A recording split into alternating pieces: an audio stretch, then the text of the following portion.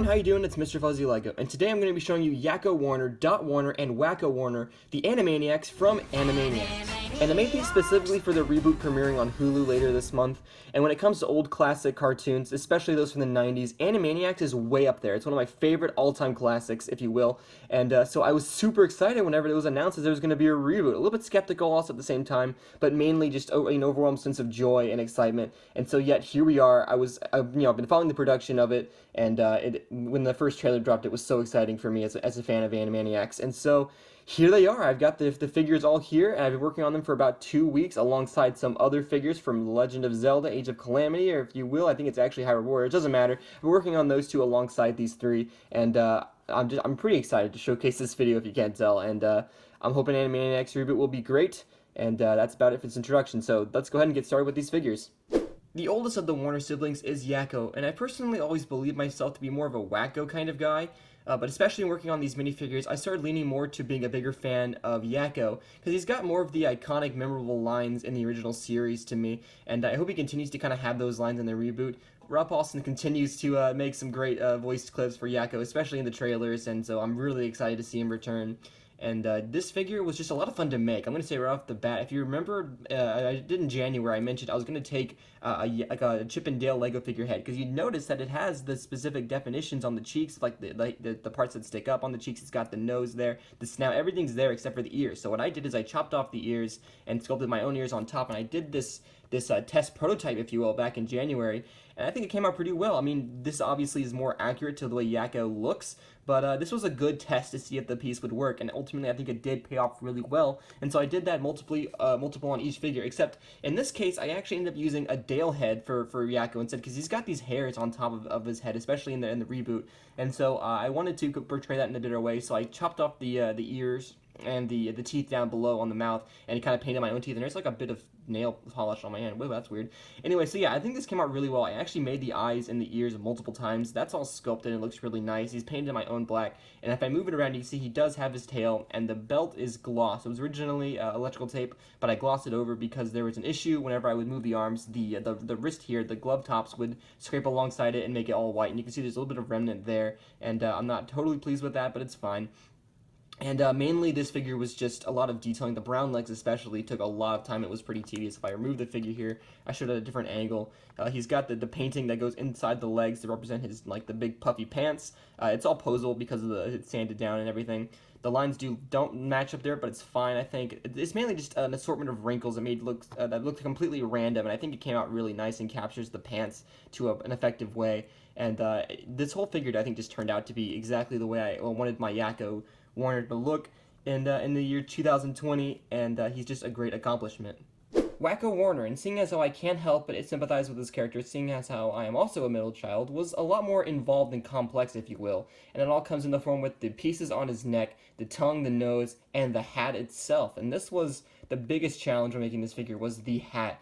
The very, Wakko's iconic red hat, and this was in the form of a lot of sculpting layers, pretty much. I sculpted like the main, like an oval on his head, and then I eventually sanded that over, added some more depth, some more thickness on the sides of his hat, and then I added, the part on the top that kind of slopes down a bit more, so it was more smooth, and I added some more on the top to make it more pointy, just like how it was, accurate to his hat, and then the brim was sculpted separately and smoothed over with another layer of clay, so it was just a lot of sculpting work to get the hat to look as good as it does, and I'm pretty pleased with it. I think there's a few flaws with it that, made down here it's not as smooth as I would like it, even though I sanded it down pretty well and added as much glue and removing glue as I could to get it as clean as I possibly could. I still think it came out really well. The ears are also on there, looking nice. Almost a detail I honestly forgot about, to be completely honest. I was like just about to paint the rest of the hat, and I was, oh wait, I don't have the ears, so I had to add that on too, and it looks pretty good. So like the most figure is pretty similar to Yakko, except for the fact that I actually did use a Chip minifigure here, and I added some hair on the top, just like how it is accurate to the reboot appearance, and the tongue is just three-dimensional. It's just sculpted on, nothing additional there, and the nose is also three-dimensional, but the rest of the figure, he's got these food accessories. I don't really give him anything else, so I'm going to go ahead and remove them. He's known for eating all the food, so just kind of remove those. So he's got the glove tops very similar to the way Yakko's gloves are, obviously, but he's also got some sculptedness, like some puffiness definition on the arms itself to make it a bit more puffy, because his jacket is a lot bigger, and it's a lot thicker also. And he's also got the detailing on the back there. this part up down here, I can't talk, sorry. This stuff down here was actually all electrical tape that I painted over, which looks pretty nice, and he's got short legs. Originally, I was going to use medium legs, and I had them, and I painted them up, but he just looked too tall. And if you compare him with Dot, he's pretty similar to the size of her, and so I thought, I might as well just give him short legs, and so Dot and Wakko are the same size, with Yakko having the normal minifigure legs, and I'm okay with that. I hope you guys are. He just looked a little bit too tall for my liking with the medium legs, and I'm okay with that. But he's got the leg definition, the detail down there. And if I move to the back, he's just got his tail very similar to Yakko's. And that's essentially it for this minifigure, except I've got one more thing to show you. Obviously, it doesn't belong to him, but I do have Paper Mario's mallet, so I guess I'll just give it to him just for fun. Like, you never know, like, why I would do it. It's for fun. If I can get it in his arm, I'm not having a lot of trouble here. But, there we go. Okay, good. So we got Wakko with the mallet. I think Dot uses it in the trailer, but this is also pretty fun. So, yeah, Wakko Warner. And last but not least, we have Princess Angelina Contessa Luisa Francesca Banana Fana Boveska III, also known as Dot Warner, the Warner sister. And honestly, I'm not actually a huge fan of Dot. I find her to be kind of annoying in some episodes, but obviously you kind of need to have Dot with the Animaniacs because she is the last one of that trio. And the reason why I never made her a few years ago when I made Yakko and Wakko for the first time was just because I wasn't really a fan of her character. And but I kind of have to now. She's grown on me a lot more since then, but I can still find her to be a little loud, just to see a brief. But she does have her memorable. She does have her memorable moments. She does shine most of the time, and especially the moment where she's trying to say her full name, but she can't do it on film, and she just starts swearing. That's pretty great. And so this figure was really nice, also using the chip head, but this time I actually sanded down the definition lines like on the cheeks, like these things.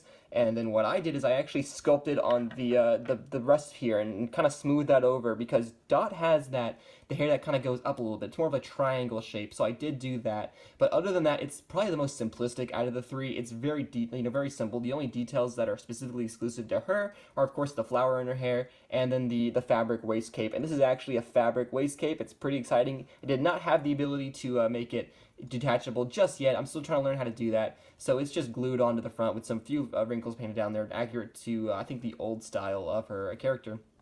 But yeah, the flower is not exactly centered. It's supposed to go right there on like right here on the head, but I wasn't able to sculpt that, and the pieces that I had were too big, and so the best I could do is put it on the side of her head. And personally, I think it looks fine. I don't have a problem with it like this. So, and I don't believe anybody else really will because it's Dot Warner, and she's not the most popular character if you ask me. I think it's much more akin to Yakko over here, who's upside down. So sorry Dot.